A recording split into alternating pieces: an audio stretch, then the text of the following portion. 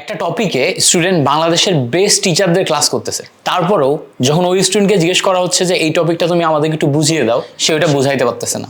কিংবা পরীক্ষায় যখন ওই টপিক থেকে প্রশ্ন আসছে তখন ম্যাক্সিমাম প্রশ্নই ওই স্টুডেন্ট সলভ করতে পারতেছে না।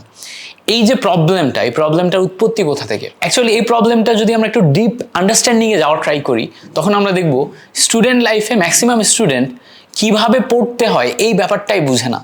কিভাবে পড়তে হয় এই ব্যাপারটা না বোঝার কারণে স্টুডেন্ট বাংলাদেশের বেস্ট টিচারের ক্লাস করতেছে, অনলাইনে ক্লাস বলেন, অফলাইনে ক্লাস বলেন, সেই ক্লাসগুলো কাজে লাগিয়ে নিজের মধ্যে ওই নলেজটার আন্ডারস্ট্যান্ডিং, নিজের মধ্যে ওই নলেজটাকে গেদার করে প্রবলেম সলভিং ক্যাপাবিলিটি, এগুলোর কিছুই অর্জন হচ্ছে না। আমি এই জায়গাতে যেই প্রবলেমগুলো দেখি, এই প্রবলেমগুলোকে সলিউশন হিসেবে ধাপে ধাপে ব্রেকডাউন করার ট্রাই করি।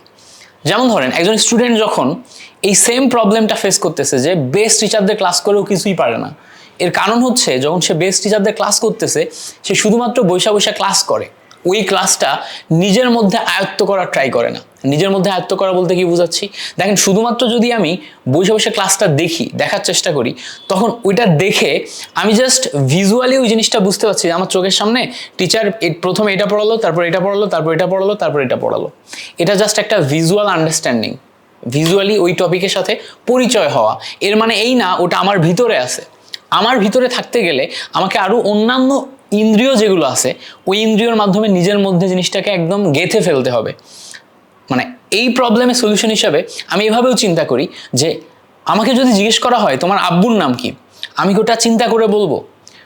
আমি ওটা ছোটবেলা থেকে এত বেশি প্র্যাকটিস করছি যে জিজ্ঞেস করার সাথে সাথে আমার রিফ্লাক্স মেমোরি থেকে ওটা আসবে এবং আমি এটা বলে ফেলবো।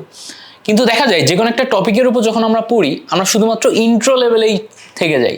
আমরা শুধুমাত্র বেসিক ওই যে শুধু জানলাম যে এই টপিকের মধ্যে এই জিনিসপত্রগুলো আছে, এটা এরকমভাবে হয়েছিল, বাট ওইটা আর ডেপথে যায় না।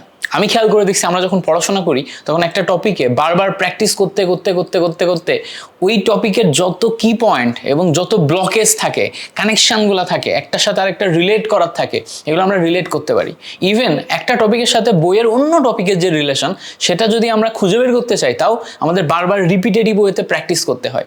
তো সেই ক্ষেত্রে স্টুডেন্টদের যদি এই প্রবলেমটা সলিউশন করতে হয়, তাহলে প্রথম ধাপে তাকে যেটা করা লাগবে, যখন সে একটা বেস্ট টিচার বা একজন টিচারের ক্লাস নিয়ে বসছে, ওই ক্লাসটা শুধুমাত্র না দেখে ওই ক্লাসটার টোটাল জিনিসটা ম্যাপিং করা।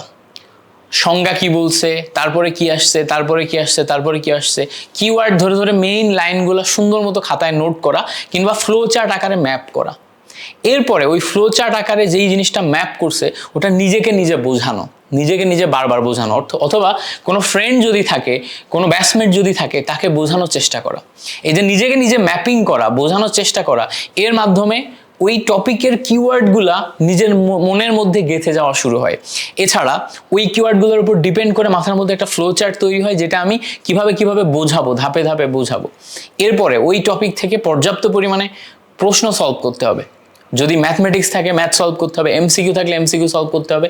ম্যাথমেটিক্স অ্যান্ড এমসিকিউ সলভ করতে যে আমরা বুঝতে পারি যে এই টপিকের অ্যাকচুয়াল মেইন অংশগুলো কি, যে অংশগুলো আমার বেশি বেশি মনে রাখা লাগবে। অর্থাৎ টোটাল একটা টপিকে যদি 100টা জিনিস থাকে, 100টা ইম্পর্টেন্ট না, ওর মধ্যে 60 থেকে 70% জিনিস ইম্পর্টেন্ট, যেগুলো মনে রাখলেই আমাদের একদম 100% টপিকটায় ক্লিয়ারিটি আসে। সো ওই 100% ক্লিয়ারিটির জন্য আমাদের কি করা লাগবে? প্রশ্ন সলভ করে একদম টু দ্য পয়েন্টে মেইন জায়গাতে ফোকাস করা লাগবে। যখনই আমরা মেইন জায়গাতে ফোকাস করে ফেলছি, ক্লিয়ারিটি মাথার মধ্যে বেড়ে গেছে, এরপরে আমরা ওই টোটাল টপিকটা বারবার লিখে প্র্যাকটিস করব। যত বেশি লিখে প্র্যাকটিস করব, আমাদের ভিজুয়াল মেমোরি, আমাদের ব্যাক অফ দ্য মাইন্ড থেকে ওই জিনিসপত্রগুলো তত বেশি অটোমেটেড হয়ে যাবে এবং আমরা দেখতে পাবো ওই টপিক যদি কেউ আমাকে ইনস্ট্যান্ট জিজ্ঞেস করে, আমি পারতেছি। ওই টপিক থেকে ইনস্ট্যান্ট যে কোনো প্রশ্ন আসলে আমি পারতেছি। ওই টপিক রিভিশন দিতে আমার কম সময় লাগছে। আমি একটা কথা বারবার বলি, একটা টপিক যখন আমরা প্রথমবার পড়ি, তখন কিন্তু আমরা ওটা বোঝার চেষ্টা করি, বাট যখন আমরা রিভিশন দিতে যাই, তখন কিন্তু আমার নতুন করে বোঝা লাগে না, অলরেডি আমার বোঝা আছে, জাস্ট আমাকে রিভাইজ করতে হয়। সো দ্বিতীয়বার যখন আমি পড়তেছি, তখন আমার রিভিশনের টাইম অনেক কমে যায়, বিকজ আমি অলরেডি বুঝি জিনিসটা। থার্ড টাইম পড়তে গেলে আরও কম সময় লাগে, ফোর্থ টাইম পড়তে গেলে আরও কম সময় লাগে। একটা টপিক যদি আমরা 10 থেকে 12 বার রিভিশন দিয়ে ফেলি, তখন ওই টপিকটার আমাদের যে আন্ডারস্ট্যান্ডিং তৈরি হয়, এই আন্ডারস্ট্যান্ডিংটাই হচ্ছে নলেজ, অ্যান্ড এটার উপর ডিপেন্ড করে আমরা ক্রেডিবিলিটি দেখাইতে পারবো। সো রিপিট করা, বারবার পড়া এবং বিভিন্ন মেথড অ্যাপ্লাই করার কোনো বিকল্প নাই। একটা টপিক যখন আমি পড়বো, ওটার সাথে আমার নিজের এতটা কানেকশন তৈরি করে ফেলতে হবে, এতটা সময় দিতে হবে ওই টপিকটাতে, যে ওটা আমার একদম নিজের মধ্যে আপন লাগে। আমার নিজের নাম যেমন আমার আপন, আমার ফ্যামিলি মেম্বারদের নাম যেমন আমার আপন, ওই টপিকের কিওয়ার্ডগুলা, ওই টপিকের একদম কোর আন্ডারস্ট্যান্ডিংটা যেন আমার ওই লেভেলে আপন লাগে। তখনই আমি ওই টপিকটা ব্যবহার করে সব ধরনের প্রবলেম সলভ করতে পারবো, ভালো টিচিং করতে পারবো, ওই টপিকটা ব্যবহার করে এক্সামে ভালো মার্ক আনতে পারবো, সব ধরনের এক্সিলেন্স আমরা ডেভেলপ করতে পারবো ওই টপিকের উপর। সো আশা করছি একটা টপিক কিভাবে পড়তে হয় সেই বিষয়ে একটা কমপ্লিট ধারণা পেয়ে গেছো তোমরা। যারা এই ভিডিওটা দেখছো অবশ্যই শেয়ার করে নিজের টাইমলাইনে রেখে দিবা।